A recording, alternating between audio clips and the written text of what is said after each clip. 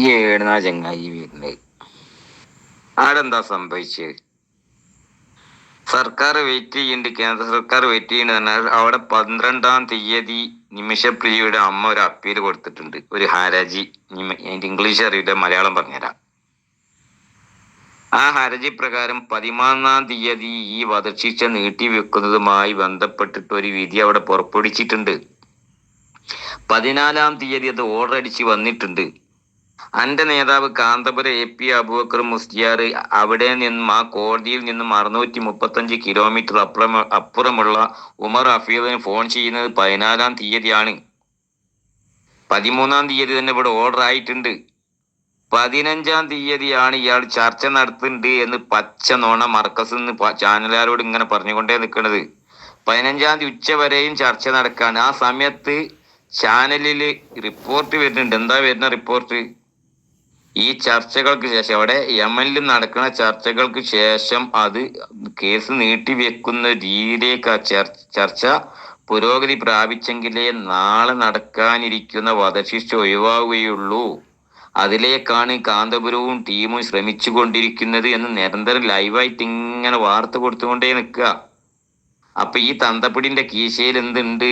14-ാം തീയതി ഓർഡർ പഠിച്ചു വന്ന ഓർഡർ കീശയിൽ ഇട്ടിട്ടാണ് ഈ തന്തപ്പിടി പച്ച നുണ പറയുന്നത്. അവിടെ ചർച്ച നടത്തിക്കൊണ്ടിരിക്കുകയാണ്. ഈ ഓർഡർ തന്തപ്പിടിന്റെ കീശയിലപ്പം ഉണ്ട്. 15-ാം തീയതി ഉച്ചയ്ക്ക് ശേഷമാണ് തന്തപിടി പറയുന്നത്, ഇതാ എനിക്ക് നേരിട്ട് യമനിലെ സുപ്രീം കോടതി ലെറ്റർ അയച്ചിട്ടുണ്ട്, നിമിഷപ്രിയയുടെ വധശിക്ഷ തൽക്കാലത്തേക്ക് മാറ്റിവെച്ചിട്ടുണ്ട്. ഇതോടുകൂടി ഇങ്ങളെപ്പോലത്തെ ഈ വാൽമാക്കിരികൾ നാട് മുഴുവൻ ഇത് പറഞ്ഞു നടക്കുകയാണ്. ചാനൽ മുഴുവൻ വേറി, മുഴുവൻ സ്റ്റാറ്റസും വെക്കാണ് നിങ്ങൾ. എവിടെ ഇത്? 14-ാം തീയതി ഓർഡർ വന്ന് അത് ഇയാളെ കീശയിലുണ്ട്. എന്നിട്ട് ഇപ്പോഴും പറഞ്ഞ് നടക്കുക നിങ്ങൾ, ഞങ്ങളത് കൊണ്ടുവന്ന് ഉളുപ്പ് എന്ന് പറഞ്ഞത് എന്തെങ്കിലും ലേശങ്ങൾ എത്തുണ്ടോ? ഈ രൂപത്തിൽ ഉളുപ്പില്ലാതായിട്ട് പിന്നെയും പറയാണ് എന്ത്? വധശിക്ഷ നിർത്തിവെച്ചിട്ടുണ്ട് ഞങ്ങളെ ചർച്ച മുഖാന്തിരം. അതിന്ന് മറ്റേ ആള് പൊളിക്കുകയും ചെയ്ത്.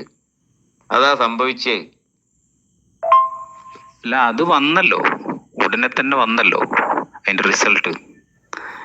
ആ ചെയ്യാനുള്ള കാര്യങ്ങൾ മുഴുവൻ ഗവൺമെന്റ് ചെയ്തു, പ്രതീക്ഷയിലാണ് എന്നർത്ഥത്തിൽ അവർ കോടതിയിൽ ബോധിപ്പിച്ചു. ഒന്നും ചെയ്യുന്നില്ല എന്ന ആ ഒരു ആരോപണം നിലനിൽക്കുന്നുണ്ടെങ്കിൽ അത് ശരിയല്ല. ഗവൺമെന്റ് പ്രോപ്പർ ചാനലിലൂടെ വേണ്ട കാര്യങ്ങളൊക്കെയും ചെയ്തിട്ടുണ്ട് എന്ന് പറഞ്ഞു. അതിനുടനെ തന്നെ അതിന്റെ റിസൾട്ടും വന്നു, നീട്ടിവെച്ചല്ലോ. പിന്നെ 14-ാം തീയതി തന്നെ ആ നീട്ടിവെക്കൽ നടന്നു അല്ലെ? കോടതിയുടെ വിധി വന്നു. അതിന്റെ മുമ്പ് തന്നെ തീരുമാനമായിട്ടുണ്ട്. ഔദ്യോഗിക വിധി 14-ാം തീയതി വന്നു. 15-ാം തീയതിയും നിങ്ങൾ ചർച്ച നടത്തല്ലേ ചെയ്യുന്നത്? 14-ാം തീയതി വന്ന ഒരു വിധിയുടെ തീരുമാനം, അത് തീരുമാനമായി വന്നത് 15-ാം തീയതി നടന്ന ചർച്ചയിലാണ് എന്ന് വരുത്തി തീർക്കുമ്പം നിങ്ങളുടെ ആരാധന മൂത്ത നിങ്ങളെപ്പോലുള്ള അണികള് അതൊക്കെ വിശ്വസിക്കുമായിരിക്കും. ആരാധന മൂത്തിട്ടാണ് അത് മനസ്സിലാവാത്തത്. അപ്പൊ ഡോക്യുമെന്റ്സ്, രേഖകളൊക്കെ നിങ്ങൾക്ക് എതിരാണ്, നിങ്ങളുടെ അവകാശവാദത്തിനെതിരാണ്. അത് നിങ്ങൾക്ക് മനസ്സിലാവാത്തത് ആരാധന മൂത്തിട്ടാണ്. പക്ഷെ ഇത് ഔദ്യോഗിക ചാനലിന് ഗവൺമെന്റ് അല്ലേ നന്ദി പറയേണ്ടത്?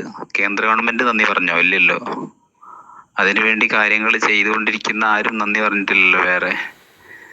ഇതിപ്പോ കേന്ദ്ര ഗവൺമെന്റിനും കേന്ദ്ര ഗവൺമെന്റിന്റെ ഏജൻസികൾ ഇടപെട്ടുകൊണ്ടിരിക്കുന്നവർക്കും എതിരായ ഒരു വക്കീലും അദ്ദേഹത്തിന്റെ ആളുകളും ചിലപ്പോൾ നന്ദി പറഞ്ഞിട്ടുണ്ടാവും.